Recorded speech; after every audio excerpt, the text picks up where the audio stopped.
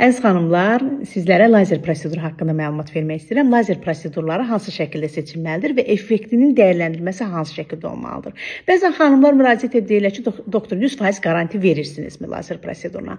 İlkin olaraq uşaqlıq yolu müayinə olunmalıdır. Uşaqlıq yolunun birinci, ikinci dərəcəli sallamalarında lazer proseduru təbii ki, effektiv olacaqdır. Hətta üçüncü dərəcəli sallamalarda da lazer proseduru effekt verəcəkdir.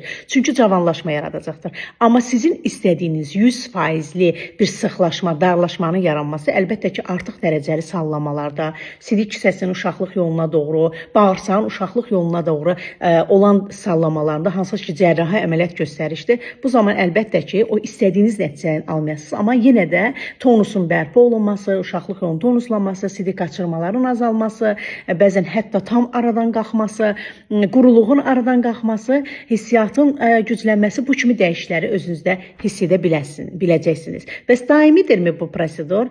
Cərrahi prosedurlardan başqa heç bir prosedur daimi deyil. Ona görə də bu proseduru aparan zaman ildə bir təkrarlanması məsləhət görülür və davamlılığı 3-4 ilə qədər qala bilir. Həqiqətən də lazer proseduru kifayət qədər effektli prosedurdur və xanımlar bir dəfə bu prosedura gəlirlərsə, təbii ki, bizim istifadə etdiyimiz lazer proseduruna o zaman təkrar gəlirlər, çünki bu prosedurdan çox gözəl nəticələr əldə edirlər.